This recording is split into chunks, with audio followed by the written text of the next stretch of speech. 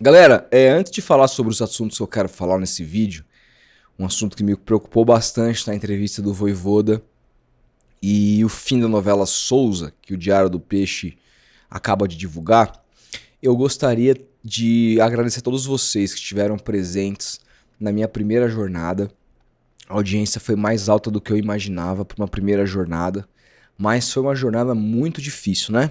Porque tivemos vários problemas técnicos, entramos atrasado, problemas de iluminação, depois travamos ali no final do jogo, perdemos o gol da vitória, da virada do Santos, que foi uma grande pena, eu fiquei bastante chateado, bastante triste, mas a gente conseguiu voltar, fiz o pós-jogo, o corte do pós-jogo, consegui publicar depois aqui no canal, e apesar dos problemas técnicos que são inerentes a uma primeira experiência, né, quando a gente vai fazer alguma coisa nova, até a gente aprender e pegar o jeito, e o ideal é que você faça isso o quanto antes, mas até você chegar lá demanda um pouquinho de tempo e a gente tem que se perdoar, mas, claro, já se preparar para corrigir o jogo contra o Palmeiras, eu espero que seja outro nível de categoria e já repensei em várias coisas que podem agregar na transmissão para ser ainda melhor e assim seguirei fazendo, né, tentando melhorar sempre, mas independentemente disso, os comentários de vocês me deixaram muito feliz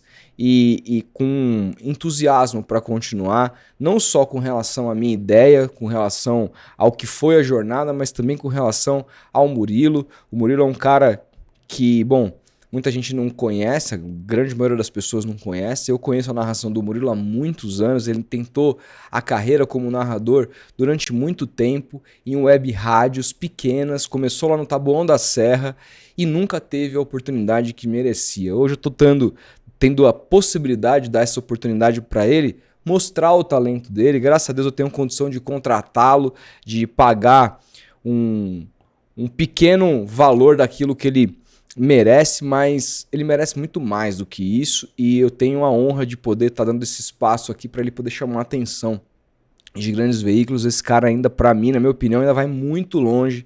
Vocês vão ouvir falar muito ainda de Murilo Franco na narração e serei muito feliz de ser o cara que, de alguma maneira, o lançou. Então, assim, só posso agradecer a todos vocês pelas mensagens e pela audiência, tá? Dado o recado, vamos conversar sobre os assuntos do Santos Futebol Clube, porque o Diário do Peixe lançou que o Santos finalmente concluiu a venda do lateral Souza, que viaja para a Inglaterra já na próxima segunda-feira, mais conhecido como amanhã. Portanto, está concluída a venda do jogador. O Diário do Peixe traz a informação que o Souza abriu mão dos 25% que lhes cabiam e o Santos fica com a totalidade dos 15 milhões de euros da negociação. O Diário do Peixe diz também que o Souza recusou a renovação de contrato do Santos, entendendo que essa renovação deveria ter sido proposta antes e não agora. Souza terminou o Campeonato Brasileiro bem e poderia ter sido procurado para uma renovação. Como o Santos valoriza jogadores que vêm de fora e não valoriza a base, essa é uma premissa dessa gestão, mas não só dessa gestão, das últimas gestões que pisaram no Santos, né, utilizam a base como commodity, e eu tenho um vídeo que eu falo sobre isso. Os meninos podem ganhar sempre pouco, quem tem que ganhar bem são jogadores de fora, jogadores que muitas vezes não fazem nada pelo clube, né? É a política, né? E aí depois chega uma proposta, os caras querem renovar. Ora, se queria renovar, se queria ficar com o Souza, essa proposta poderia ter vindo muito antes de renovação. Mas o Souza, ainda com tudo isso, o Souza foi um menino do cacete de abrir mão dos vencimentos que ele tinha direito, do passe dele, e deixou para o Santos ainda com a premissa de, segundo ainda a matéria do Diário do Peixe, dizer, bom, estou abrindo mão, mas que isso aqui seja investido na infraestrutura da base, porque os meninos merecem um pouco mais de estrutura. Agora eu te pergunto, o Santos vai pegar parte da verba do Souza e reinvestir nas categorias de base? O Santos não faz isso com a venda de ninguém. Não fez isso com a venda do Luca Meireles, não vai fazer com a venda do Souza, não fez com a venda do Rodrigo, não fez com a venda de ninguém. O Santos simplesmente sucateou a sua base e os meninos atuam numa estrutura absolutamente aquém daquilo que a história do Santos merece, né? Uma pena, né? Uma pena, mas pelo menos a boa parte dessa história é que o Santos vai lucrar a totalidade na negociação, 15 milhões de euros. É um valor que o Santos precisa hoje para pagar fluxo de caixa de uma folha salarial muito acima do que o clube deveria ter, e não por conta de Gabriel e Neymar, cara. Por conta de outros jogadores que não merecem vestir essa camisa e que ganham muito dinheiro. Uma gestão muito ruim até agora do Marcelo Teixeira. Se ele tem pontos a serem elogiados, e ele tem muitos pontos a serem criticados na formação desse elenco caríssimo e que não traduziu ano passado o quanto ele tinha de investimento, né? Então a gente espera que esse ano seja diferente. Há peças muito melhores, como a do Gabriel, que animam a torcida.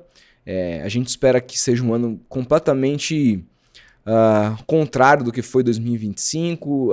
O Neymar, que renovou o contrato até o final do ano e que está muito motivado. O Santos soltou ali os bastidores da vitória e você via o Neymar muito solto e muito feliz ali no vestiário. Você vê ele brincando com o menino, comprando a bala do menino de R$10, etc. E assim, você via ele muito bem. Não tava sisu, tava leve. E o Vojvoda mesmo elogiou na entrevista coletiva, dizendo que ele estava trabalhando muito forte. Então me parece um novo Neymar. Quero acreditar que a gente vai ter um novo Neymar em 2026. E se a gente tiver um Neymar jogando o que ele sabe jogar ao lado desse Gabriel, não tem como a gente não sonhar. Não tem como. De novo, cito o exemplo do rival aqui. O Corinthians foi campeão com o Depay e Yuri Alberto, cara. Eu nem cito o Garro, porque o Garro perdeu a posição para o Bidon no final. Então, assim, o Corinthians foi campeão com isso. Quem é melhor? Depay e Yuri Alberto ou Neymar e Gabriel? Porra, não dá pra comparar. Não estão nem na mesma prateleira. Então dá pra sonhar. Dá pra sonhar desde que a condução no ano seja bem feita. E aí, para essa condução acontecer, não é só o trabalho da diretoria. Claro que é o trabalho da diretoria também, né? Que, por exemplo... facilitou a vida do Vojvoda para que ele cometesse algumas atrocidades na escalação. Porque, com todo respeito, não é para Cabalheiro estar no elenco do Santos, não é para Lautaro Dias estar no elenco do Santos, embora o segundo tempo do Lautaro Dias não tenha sido de todo ruim. Mas estão lá, por conta desse planejamento que vem de cima. Mas aí o Vojvoda comete o crime de lançar aquela escalação que ele lançou. Mas eu já falei que eu tinha para falar sobre isso no meu vídeo de pós-jogo. Falei durante a partida também nos meus comentários, na minha jornada. Não quero também soar muito repetitivo, mas o que me deixou bastante preocupado na coletiva do Vojvoda não foi isso, foi a justificativa. E é uma justificativa que eu nunca tinha parado para pensar. Eu discordo totalmente da visão do Vojvoda. Não da visão, mas eu discordo da conclusão a partir dessa visão. A conclusão dele, para mim, é a pior possível e a gente vai tentar aqui, de alguma maneira, problematizar uma resposta que, para mim, mostra muito das medidas do Vojvoda e do cerne da nossa crítica com relação a ele. Porque, gente, não tem nenhum canal que cobre o Santos que está pedindo a cabeça do Vojvoda. Nem mesmo quando o Santos engatou más partidas, se pediu a cabeça do Vojvoda.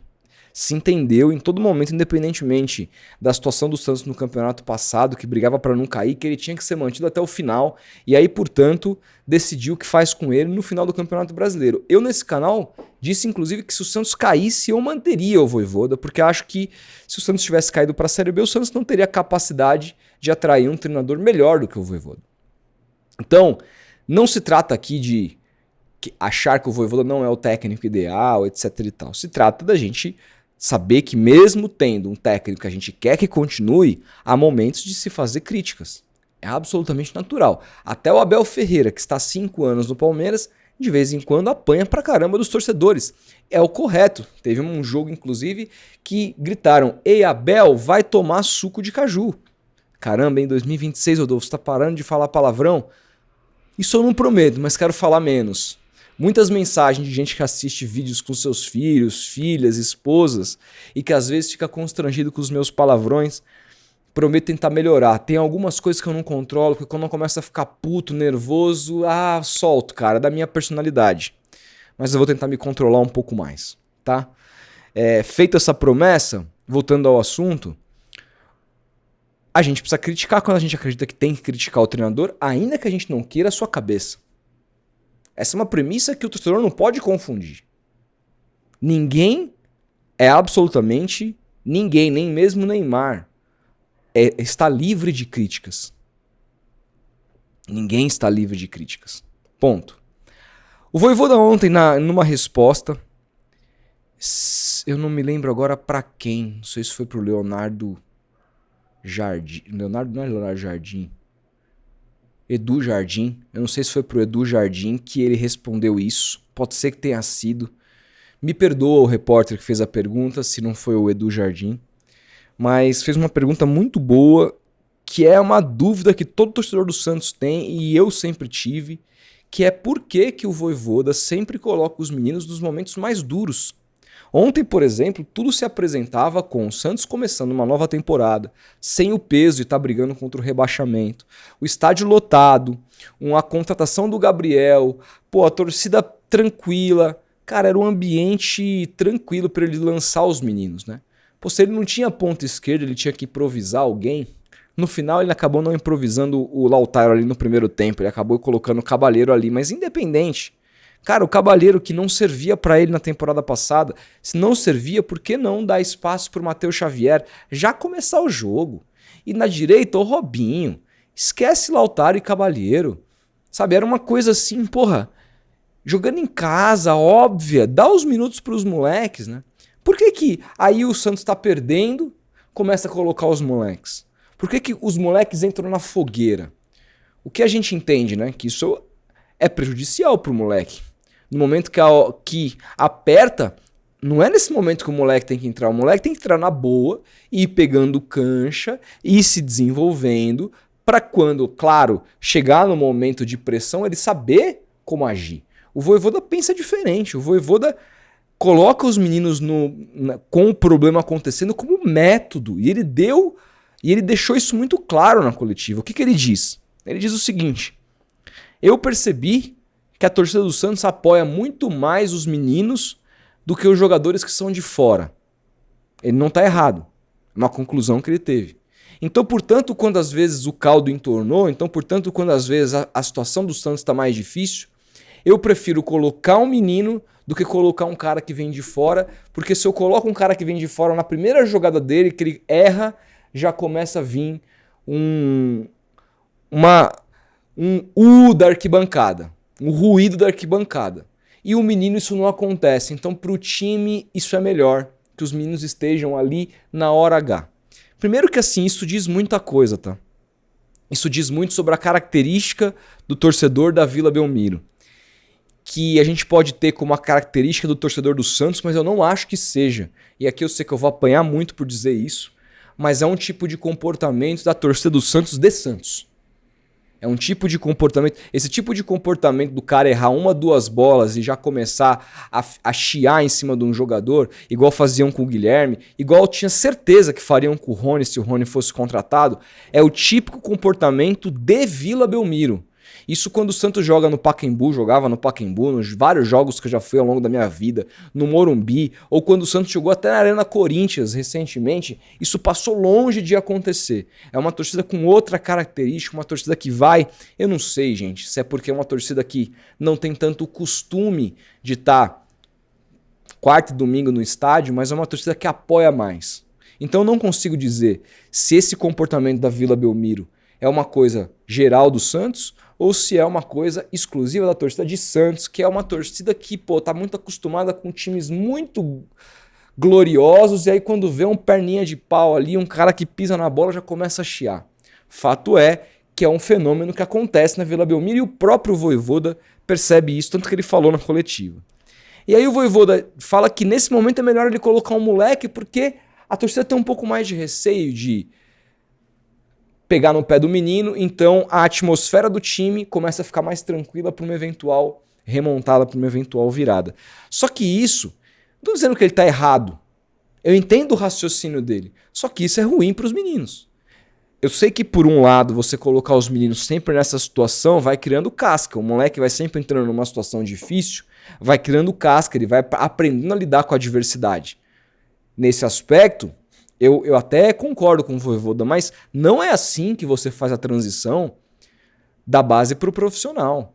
A ideia é que você vai colocando o menino cada vez mais na boa, para depois eles se irem acostumando com esse tipo de ambiente hostil. Teve jogos que o Santos ganhava tranquilamente, aí quando o Santos estava ganhando tranquilamente, ele ia lá e colocava os velhos. Teve um jogo, acho que contra o próprio Cruzeiro, que o Santos se salva do rebaixamento, ganhando o jogo de 3-0, ele me começa a colocar Rincon com 30 minutos, um cara com 40 anos, por que ele não foi e deu a chance para um outro menino que estava ali no banco e que não entrou? Esse, assim, eu entendi o que o Vojvoda quis dizer, eu concordo com a percepção que ele tem, mas eu não concordo com essa conduta, com esse método. Eu não acho que isso vai ser benéfico para o Santos. Eu acho que essa transição precisa ser feita melhor. Os meninos entrarem na boa e, com o tempo, irem entrando numa situação problemática. Acho que o Santos pode acabar queimando meninos nesse processo. Não gosto e me preocupa essa entrevista do Vojvoda. Agora eu quero saber de você. O que você pensa disso? O que você pensa da venda do Souza nesses moldes? E quero saber, claro, o que você achou da minha primeira jornada, se é que você não comentou. Comenta aqui embaixo. A gente vai se falando. Amanhã eu tô de volta. Um grande abraço e até o próximo vídeo.